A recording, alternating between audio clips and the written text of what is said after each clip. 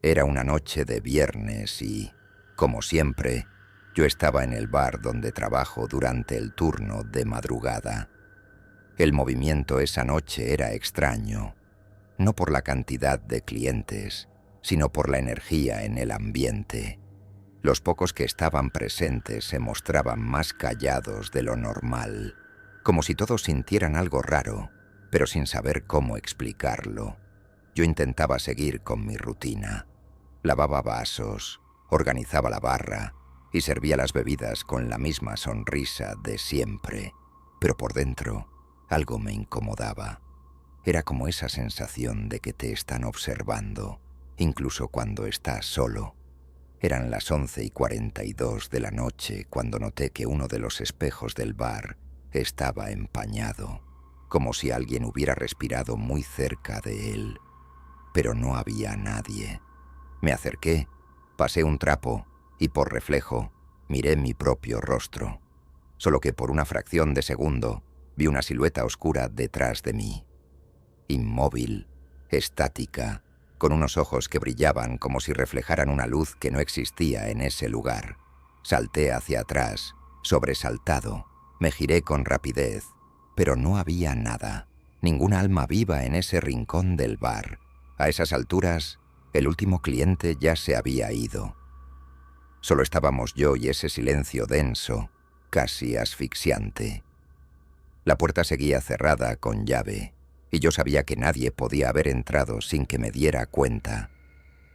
Respiré profundo, intentando racionalizar lo que había visto. Tal vez solo era el cansancio, tal vez estaba imaginando cosas, como le pasa a todo el que trabaja hasta tarde. Decidí cerrar el bar un poco antes de lo habitual y comencé a apagar las luces del local. Pero cuando llegué a la última bombilla, la que queda justo sobre la barra, esta parpadeó 3 veces antes de apagarse. Fue entonces cuando escuché el sonido de una botella cayendo sola desde la repisa de vidrio y haciéndose añicos contra el suelo, como si alguien invisible la hubiera empujado. El susto hizo que mi corazón se desbocara. Me acerqué con cuidado y al agacharme para recoger los pedazos, escuché un susurro que parecía haber salido desde dentro de mi propia cabeza. Ahora lo estás viendo. En ese instante, todo mi cuerpo se estremeció. Me puse de pie de un salto, mirando a mi alrededor como un animal acorralado. Era imposible. No había nadie conmigo, y estaba seguro de que esa voz no era mía. Salí del bar apurado, dejando los vidrios rotos ahí mismo.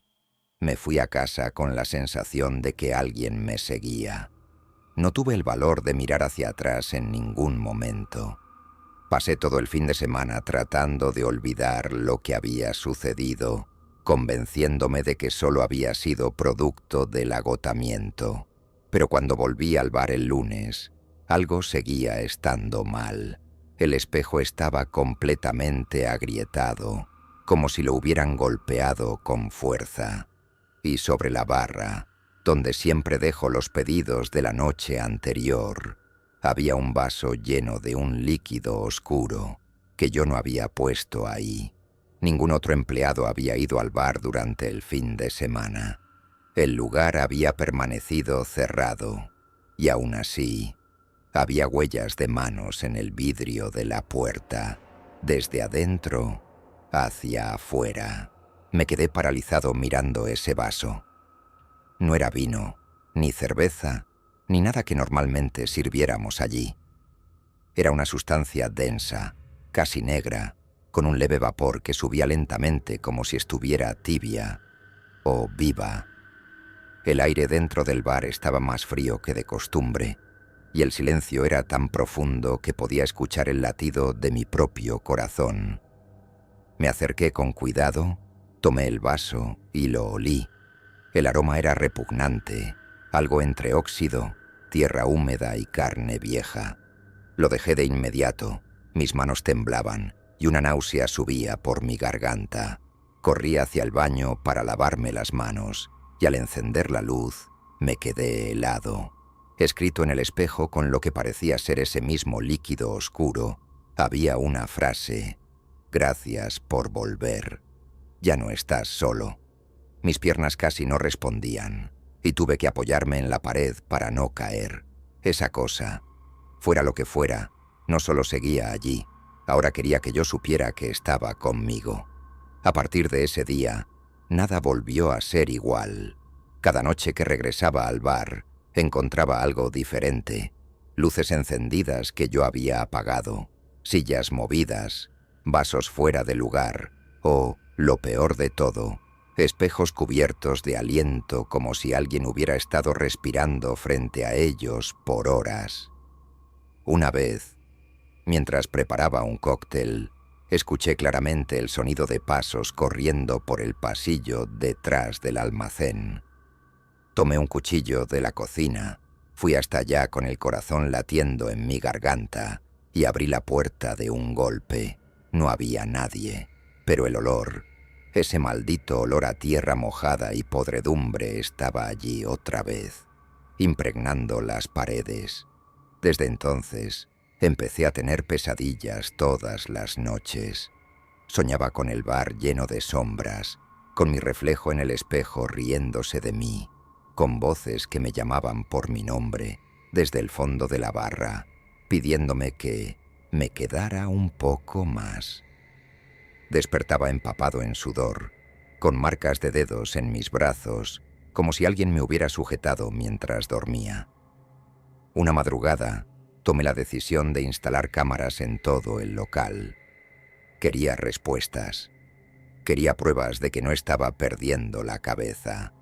Durante 2 noches no captaron nada, pero en la tercera, cuando revisé la grabación de las 3:13 de la mañana, sentí que el alma se me desprendía del cuerpo.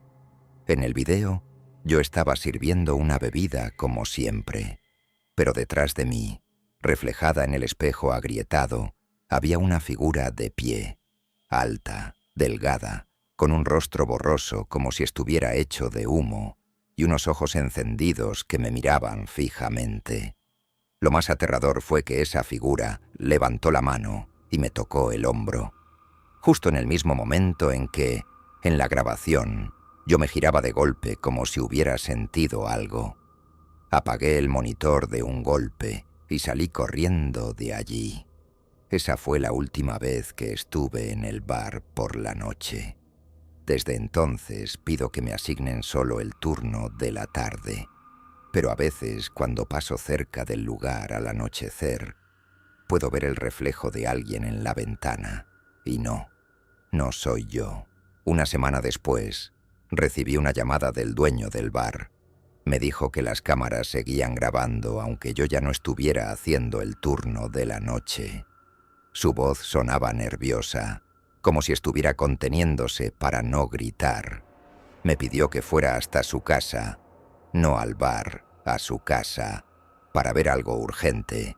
Cuando llegué, me llevó directamente a su sala donde tenía conectada una pantalla grande con las grabaciones. Me hizo sentar y reprodujo el video de la noche anterior. La imagen era oscura, pero clara.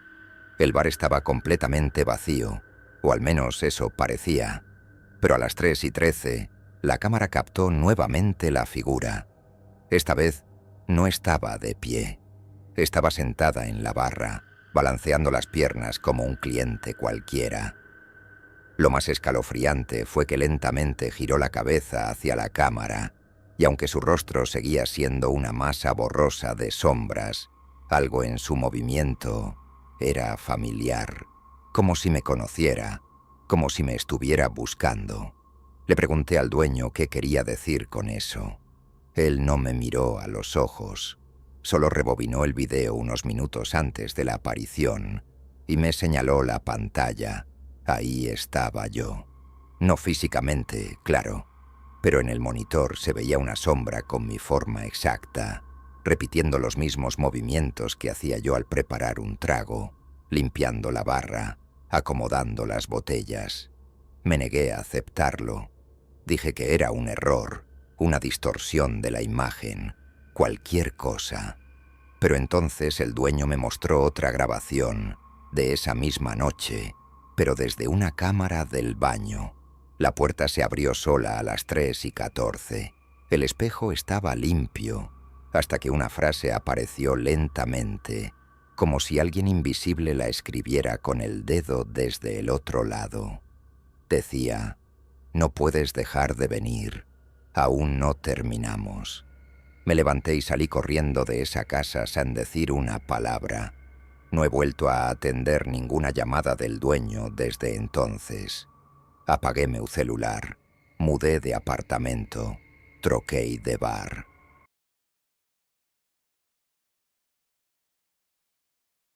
Todo comenzó en una madrugada silenciosa de sábado, cuando el reloj del tablero de mi tráiler marcaba las 3:27. Iba por la carretera 190, una ruta conocida entre nosotros los camioneros por su extensión desierta y sus curvas traicioneras. Era mi tercer turno seguido en la semana, y a pesar del cansancio que me ardía en los párpados, tenía que completar la entrega. La radio de la empresa emitía estática intermitente, rompiendo el silencio solo con su zumbido irregular, hasta que una voz emergió, baja y arrastrada. «Cadencia, ¿estás ahí?» Fruncí el ceño de inmediato. Esa voz, era imposible no reconocerla. Era la de Marcos, el compañero del convoy que había muerto hacía poco más de una semana, en un accidente terrible en esa misma carretera. Su camión volcó y se incendió, y yo mismo fui uno de los primeros en llegar al lugar. Vi su cuerpo, o lo que quedaba de él. No había duda. Marcos estaba muerto. En el instante en que escuché esa voz por la radio, un escalofrío me recorrió la espalda. Detuve el camión en el acotamiento y miré el aparato como si fuera a explotar en cualquier momento. Presioné el botón del micrófono, dudando. ¿Quién habla? La estática volvió. Durante largos segundos, solo el sonido del viento y el motor apagado me acompañaban. Pensé que podría ser algún bromista con acceso a la frecuencia de la empresa, alguien intentando asustarme. Pero entonces, la voz volvió a escucharse, más clara, más cercana. «Cadence, la carga no puede llegar. No sigas hasta el final». Mi corazón se aceleró. La radio no mostraba ninguna indicación de llamada activa. Ningún otro camión estaba cerca en ese tramo. Y lo más extraño, la voz de Marcos sonaba triste, como si intentara advertirme de algo terrible. Volví a encender el motor y continué el viaje, tratando de convencerme de que solo era el cansancio jugando con mi mente. Pero a medida que me acercaba al punto donde ocurrió su accidente, la atmósfera empezó a cambiar.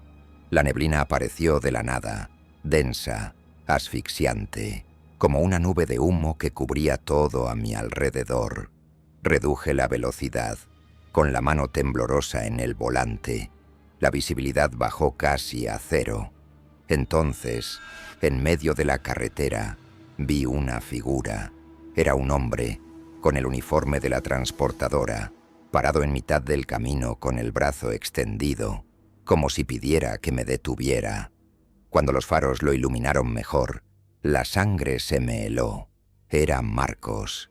Su rostro estaba igual que aquel día del accidente, quemado, irreconocible, pero con los ojos fijos en mí, como si me suplicara que me detuviera. Frené con fuerza, casi perdí el control del tráiler. Cuando miré de nuevo, había desaparecido.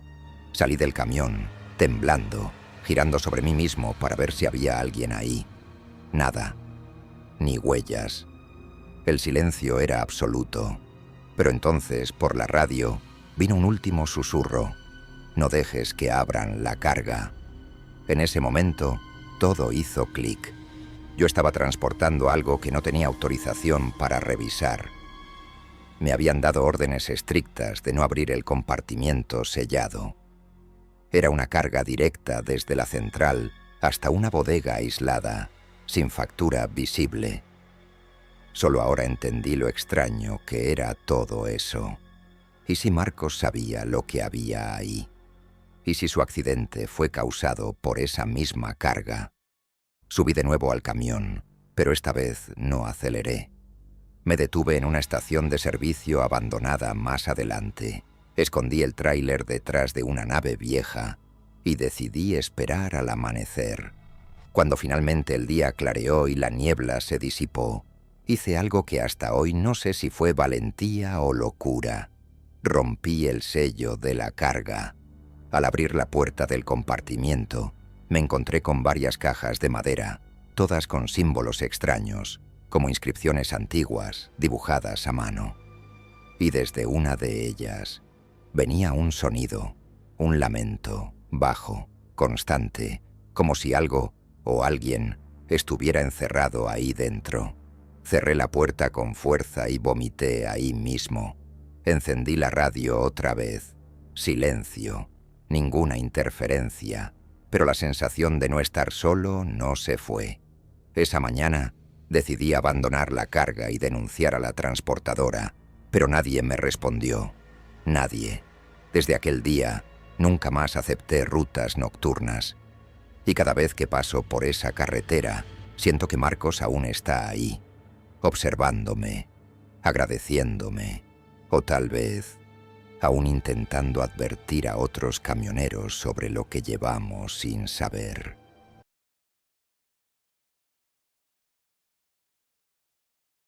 Trabajar en el turno de noche no es para cualquiera. Hay quienes lo eligen por necesidad, otros por costumbre. Pero pocos entienden realmente lo que significa estar despierto mientras el resto del mundo duerme. La oscuridad transforma todo. Los sonidos comunes se vuelven extraños, los pasillos vacíos parecen respirar y lo invisible se acerca sin que lo notes. En la noche, los límites entre lo real y lo imposible se desdibujan y lo que antes era solo una sombra puede tornarse en algo que te observa, que te sigue o que te espera. Estas no son historias inventadas. No son cuentos para asustar a niños. Son testimonios reales de personas comunes que vivieron lo impensable mientras trabajaban bajo la tenue luz de una lámpara fluorescente. Cuando la ciudad calla y el mundo parece detenerse. 3 historias diferentes, 3 trabajos distintos, pero una misma coincidencia, todas ocurrieron de madrugada. Y todas dejaron una huella tan profunda que jamás pudieron ser olvidadas. En la primera, conocerás a Luis, un guardia de seguridad que solía patrullar un edificio abandonado en el centro histórico de su ciudad.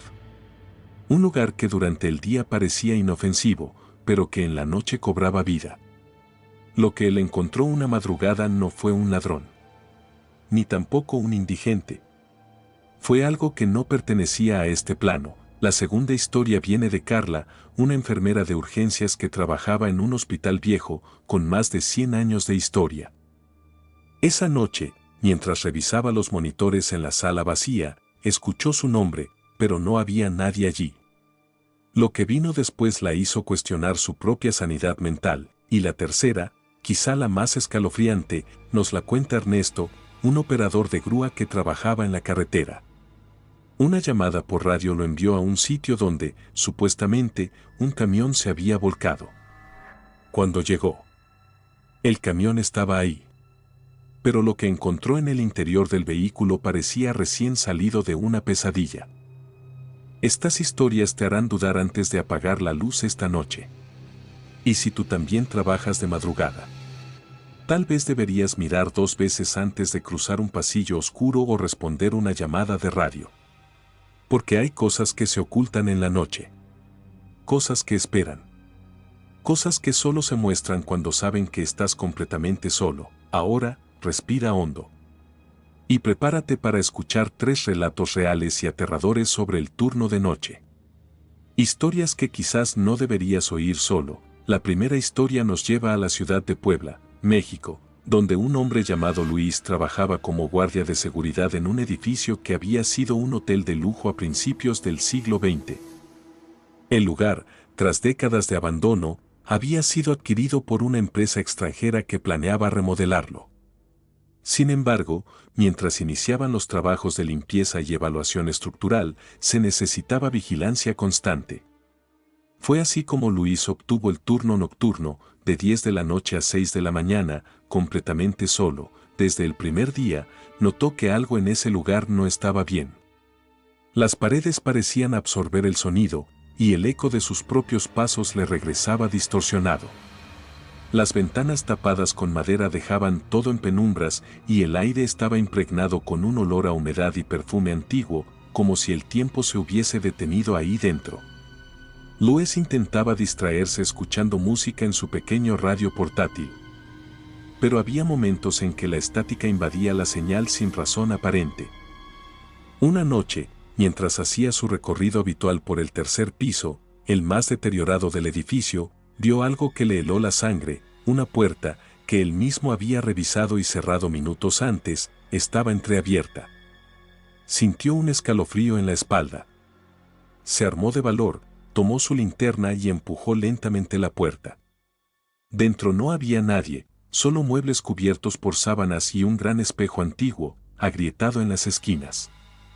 Al girarse para salir, escuchó claramente como alguien susurró su nombre detrás de él, Luis. El susto lo hizo soltar la linterna. Cuando la recogió, el espejo mostraba algo imposible, la silueta de una mujer vestida de blanco de pie detrás de él. Giró de inmediato, pero no había nada. Solo el eco de su propia respiración agitada y un frío que parecía emanar del suelo. Desde esa noche, las manifestaciones se hicieron más intensas, luces que se encendían solas, pasos en los pisos superiores, risas apagadas. Luis comenzó a documentar todo en un cuaderno, convencido de que estaba perdiendo la cordura, pero lo que más lo perturbó ocurrió la noche en que decidió colocar cámaras en los pasillos. Al revisar las grabaciones del turno anterior, encontró algo que lo dejó sin palabras. A las 3:17 de la mañana, una figura femenina aparecía caminando por el corredor del tercer piso. Su andar era lento, como si flotara. La imagen era borrosa, pero se distinguía el largo vestido blanco y el cabello oscuro cubriéndole el rostro. Lo más inquietante era que, en una de las tomas, parecía mirar directamente a la cámara. Y sonreír. Luis presentó el video a sus supervisores, pero nadie quiso creerle. Días después, él mismo pidió su baja voluntaria. Nunca más volvió a trabajar en turnos nocturnos, y mucho menos en lugares abandonados. La segunda historia comienza en Guadalajara, en un hospital público que, aunque seguía funcionando, tenía una parte antigua que ya no se utilizaba para atención médica.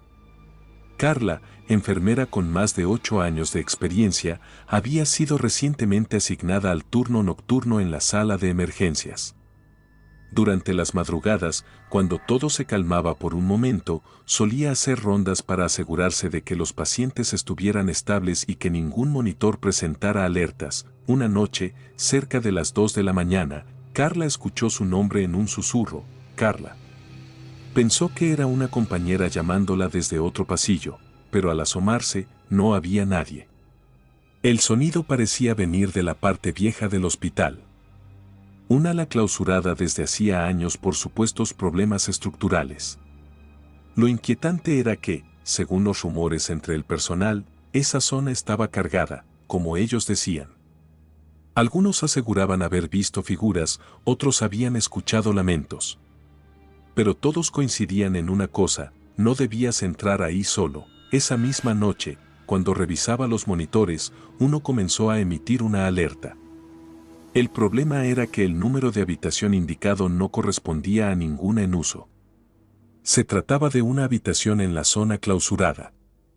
Pensando que era un error técnico, Carla fue a verificar. Caminó por los pasillos oscuros con una linterna en mano. Las paredes estaban manchadas. La pintura se caía a pedazos y el aire era denso, casi irrespirable. Al llegar a la habitación en cuestión, encontró la puerta entreabierta, empujó con cuidado.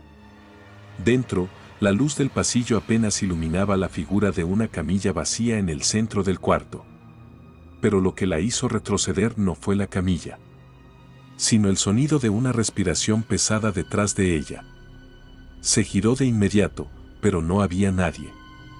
Sintió como algo le rozaba el brazo, algo frío, húmedo, que dejó una marca como si fueran dedos. Salió corriendo de ahí, sin mirar atrás. Al día siguiente, reportó el incidente, pero nadie tomó su testimonio en serio. Revisaron el sistema de monitoreo y no encontraron ninguna alerta registrada. Sin embargo, Carla sabía lo que había escuchado y lo que había sentido. No fue una alucinación.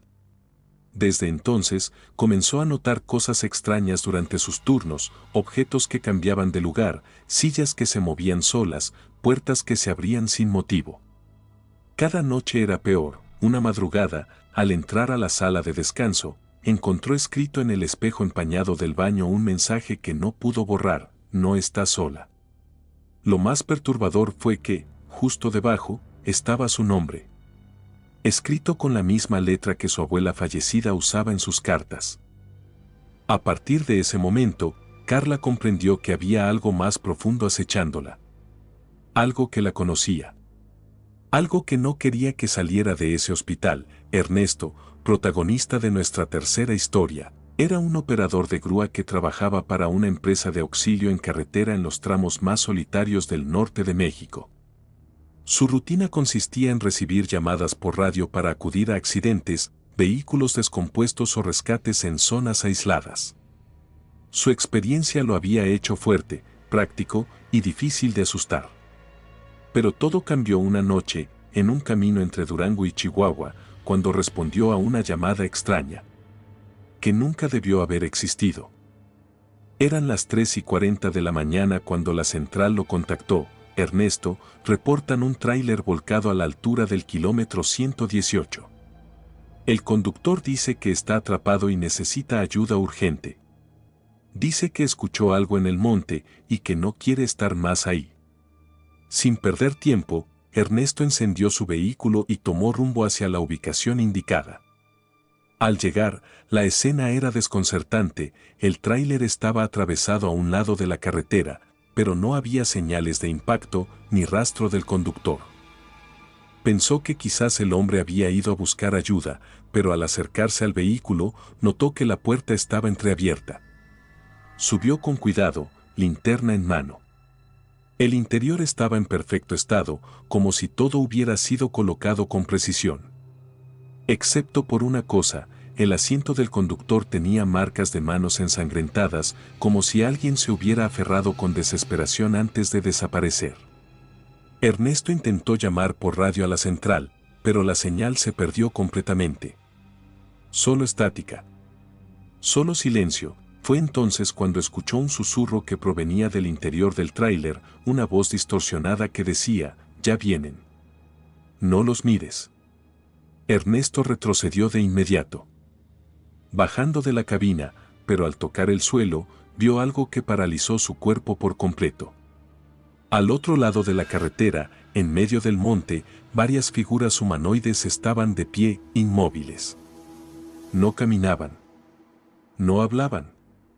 Solo estaban ahí. Observándolo, el aire se volvió denso.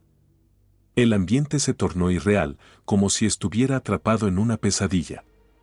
Ernesto intentó prender su linterna, pero ésta parpadeó hasta apagarse. Un ruido metálico comenzó a rodearlo, como el zumbido de un enjambre. Pero mecánico, antinatural. Las figuras comenzaron a acercarse sin mover los pies, deslizándose sobre la tierra como si flotaran. Ernesto corrió hacia su grúa, encendió el motor y arrancó a toda velocidad. Dejando atrás al tráiler, al monte y a lo que sea que lo estaba siguiendo, condujo sin detenerse hasta ver luces de una gasolinera lejana. Al llegar, intentó explicar lo sucedido, pero no pudo.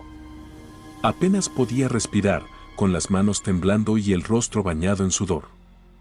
Más tarde, al revisar el registro de llamadas, la central le dijo algo que nunca olvidaría: «Ernesto, no te enviamos al kilómetro 118. No recibimos ninguna llamada esa noche. Nadie pidió ayuda. El camión volcado jamás fue reportado». Y nadie más lo encontró en el lugar. Pasaron semanas desde aquella noche, pero Ernesto nunca fue el mismo.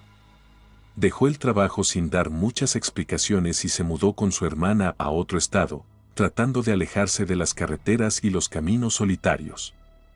Sin embargo, lo que ocurrió esa noche lo había marcado de una forma que ni el tiempo ni la distancia podían borrar. Empezó a tener pesadillas recurrentes, en todas estaba frente al tráiler volcado, pero esta vez las figuras lo alcanzaban.